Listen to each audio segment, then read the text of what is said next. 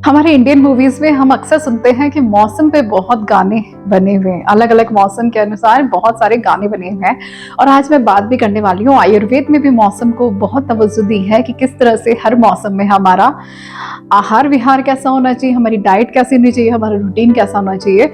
नमस्कार दोस्तों, मैं डॉक्टर मेघना Shekhawat, Ayurvedic doctor and panchakarma specialist, also your life coach. आज हम बात करने वाले हैं कि आयुर्वेद के अकॉर्डिंग हमारा विंटर सीजन डिजाइन कैसा होना चाहिए, यानी शीत ऋतु में हमारा आहार विहार, डाइटरी हैबिट्स, फिजिकल एक्टिविटीज और डेली रूटीन किस तरह का होना चाहिए। अभी आप देख सकते हैं चारों तरफ ठंड बढ़ चुकी है, टेम्परेचर डाउन हो चुका है। इस समय आयुर्वेद के अनुसार कफ का संचय होना शुरू हो गया है, यानी कि जिस तरह से पहाड़ों पे आप देख सकते हैं कि बर्फ जमा होती है, वैसे ही हमारी बॉडी के अंदर भी कफ, जो एक बहुत बड़ा महादोष है, वो संचय होना चाहता है, यानी कि उसका एब्जॉर्प्शन शुरू हो जाता है। क्योंकि बाहर बहुत ठंड होती है तो हमारी बॉडी की हीट बाहर नहीं निकल सकती। तो एक तरह से मान के चलिए जैसे फर्नेस में या कोई बर्नर के अंदर आग जलती है, वैसे ही हमारी बॉडी की इंटरनल फायर बहुत ज़्यादा बढ़ जाती है, हमारी जठराग्नि बहुत ज़्यादा बढ़ जाती है। और अक्सर आप महसूस करते होंगे कि अभी खाना खाया था लेकिन फिर थोड़ी देर बाद भूख लगी। तो इस समय हमारा मेटाबॉलिज्म, हमारी डाइजेशन पावर बहुत अच्छी होती है। जैसे मैंने बताया कि इस समय हमारी डाइजेस्टिव फायर बहुत बढ़ी हुई होती है, कुछ भी जठराग्नि बहुत ही हाई पीक लेवल पे होती है और हम कुछ भी पचाने की क्षमता रख सकते हैं, यानी किसी भी तरह का भारी भोजन करना है तो ये मौसम बिल्कुल सही है।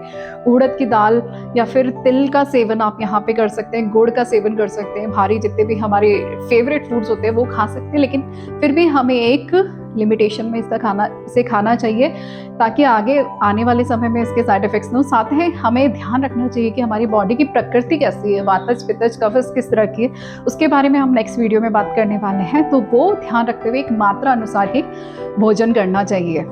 जितना भी सीजनल आप देख सकते हैं मौसमी फल और सब्जियां, उसका जरूर सेवन करें। गुनगुने पानी का आप सेवन करें। तिल के तेल का, सरसों के तेल का आप अभ्यंग करना चाहिए, यानी बॉडी पे उसे अप्लाई करना चाहिए ताकि ड्राइनेस ना हो और वातज गुण हमारी बॉडी में ना बढ़ जाए। इसीलिए भारी भोजन या फिर तले भुने भोजन को खाना यहाँ पे बताया गया है। यहाँ पे एक चीज और कहना चाहूंगी कि ड्राई फूड्स यानी कि ड्राई स्नैक्स का जितना हो सके कम सेवन करें। बहुत ज्यादा गर्म पानी नहीं पीना है कि उससे ड्राइनेस बढ़ेगी और वायु के बढ़ने से जैसी अलग अलग बीमारियां आपको हो सकती हैं। यहाँ पे आप जो कुछ हर्ब्स का इस्तेमाल कर सकते हैं, वो उसमें दालचीनी आप ले सकते हैं, सौंठ ले सकते हैं, काली मिर्च ले सकते हैं, तुलसी ले सकते हैं, गिलोय का आप पूरे साल सेवन कर सकते हैं। इस तरह की कुछ आयुर्वेदिक हर्ब्स का आप अपनी डाइट में शामिल कर सकते हैं। आयुर्वेदिक काढ़ा बना सकते हैं। इस मौसम में गर्म चीज़ों का सेवन करना ज़रूरी है। गरम गरम खाना खाएं, गरम कपड़े पहने और जितना हो सके अपने रूम टेम्परेचर को भी मेंटेन करें। साथ ही मैं एक बात बताना चाहूँगी, बहुत ज़्यादा गर्म पानी से नहीं नहाएं। गर्म पानी से नहाएं, लेकिन बहुत ज़्यादा गर्म पानी से नहाएंगे तो ड्राइनेस बॉडी में बढ़ जाएगी और जॉइंट प्रॉब्लम्स या फिर एस्थमेटिक प्रॉब्लम्स ये आपको हो सकती हैं। यहाँ एक और बात है, क्योंकि शीत गुण है, शीत गुण कफ का भी है और शीत गुण वायु का भी है, और जैसे ही शीत गुण बाहर बढ़ेगा वैसे ही वायु का भी यहाँ पे प्रकोप होना शुरू हो जाती है, यानी एग्रीवेट हो जाती है वायु भी हमारी बॉडी में। इसलिए अक्सर हम देखते हैं कि बहुत सारे लोग ऐसे हैं जिनको एस्थमा हो जाता है, स्किन डिजीज, खासकर जो ड्राइनेस वाले पेशेंट्स होते हैं वो बढ़ जाते हैं, सोरियासिस वाले पेशेंट्स बढ़ जाते हैं, या फिर आप देखते होंगे रेस्पिरेटरी प्रॉब्लम्स चालू हो गई। अदर दैन जो खांसी जुकाम के मरीज हैं, ये दिक्कतें भी साथ में चालू हो जाते हैं। बहुत सारे पेशेंट्स ऐसे होते हैं जिनके जोड़ों में दर्द होता है, कमर में दर्द होता है, या बॉडी के अदर पार्ट्स में भी पेन शुरू हो जाता है, या पेट के मरीज बहुत मिलते हैं जिनको डाइजेशन नहीं हो रहा है, खाना पड़ा हुआ है पेट में और फिर भूख नहीं लगती है। तो इस तरह के बहुत सारे पेशेंट्स होते हैं। तो ये वात और कफ का बैलेंस करने का समय बिल्कुल सही है, लेकिन अगर हम इसमें बैलेंस नहीं कर पाते हैं तो ये बहुत सारी बीमारियां हमें हो सकती हैं। योगासन और प्राणायाम जरूर करें जो आपके बॉडी की ऊर्जा को मेंटेन करेंगे, ऑक्सीजन लेवल को बढ़ाए रखेंगे, ब्लड सर्कुलेशन अच्छा होगा। खासकर क्योंकि मौसम ठंडा है और शीत और जैसे वायु और कफ के गुण दोनों ही बढ़े हुए हैं, तो हमारी जितनी कैपिलरीज होती है, ब्लड कैपिलरी कई बार कंस्ट्रिक्ट हो जाती है, सिकुड़ जाती है और ब्लड पूरी तरह से फ्लो नहीं हो पाता। तो ये भी एक बहुत बड़ा रीजन है कि हमें दिल के रोग हो सकते हैं, दिल की बीमारियां हो सकती है, तो हमें यहाँ ध्यान रखना है। साथ ही जो भी दिल के मरीज हैं, मैं उनको स्पेशली कहना चाहूंगी, लॉन्ग फास्टिंग ना करें। ज़्यादा देर तक भूखा ना रहें, या जो भी वातिक प्रकृति के पेशेंट्स हैं, व्यक्ति हैं, वो भी इस बात को ध्यान रखें, ज़्यादा देर तक भूखा नहीं रहना है, क्योंकि ये मौसम ऐसा है जिसमें स्निग्ध आहार यानी कि जितना भी हैवी फूड है वो खाने के लिए कहा गया है। लेकिन यहाँ पे जब हम लाइटर मोड पे चल जाते हैं, अपनी डाइटरी हैबिट्स को चेंज कर लेते हैं, भोजन में से बिल्कुल तेल घी हटा देते हैं, अच्छा तेल लीजिए, अच्छा घी लीजिए, लेकिन डाइट में जरूर शामिल कीजिए, क्योंकि ये नहीं होगा तो बॉडी में बहुत सारी प्रॉब्लम्स हो सकती है, हार्ट प्रॉब्लम्स हो सकती हैं, रेस्पिरेटरी प्रॉब्लम्स हो सकती है। तो इस बात को हमें बहुत ध्यान रखना है।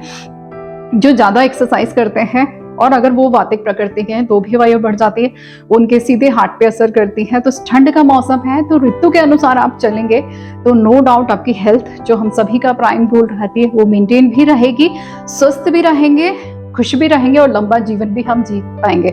तो अपनी डाइट को मेंटेन करते हुए, अपनी लाइफस्टाइल को मेंटेन करते हुए हमें हर सीजनल रिजाइम को फॉलो करना है। और खासकर शीत ऋतु, विंटर सीजन हम सभी के लिए एक बहुत अच्छा सीजन है, क्योंकि यहाँ पे छूट भी है पूरी तरह से कुछ खाने की, लेकिन लिमिटेशंस में। यहाँ पे आप अभ्यंग स्वेदन भी कर सकते हैं, यानी कि पंचकर्म में करा सकते हैं आप आयुर्वेदिक ऑयल मसाजेस, स्टीम ले सकते हैं। साथ ही वमन के लिए, क्योंकि कफ का संचय हो रहा था, हम वमन के लिए, जो एक पंचकर्म का एक मेजर पार्ट होता है, जितने भी कफ दोषांश हमारी बॉडी में बढ़ते हैं उसके लिए प्रोसीजर किया जाता है। तो वमन कर्म जरूर कराएं यहाँ पे। और अगर किसी को भी जॉइंट पेन है तो आयुर्वेदा के अलग अलग जानुवस्ती, कटिवस्ती, बहुत सारे और वस्ती जो एनिमा होता है आयुर्वेदिक, वो जरूर लें। अगरू का लेप आप लगा सकते हैं, ज़्यादा जिसको ठंड लग रही है, किसी पर्टिकुलर पार्ट में प्रॉब्लम है, तो वहाँ पे अगरू का आप लेप लगा सकते हैं।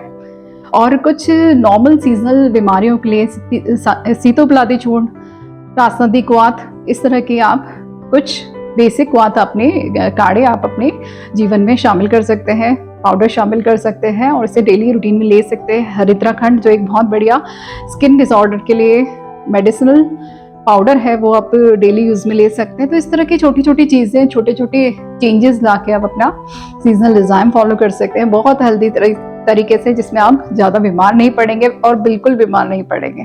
Thank you so much.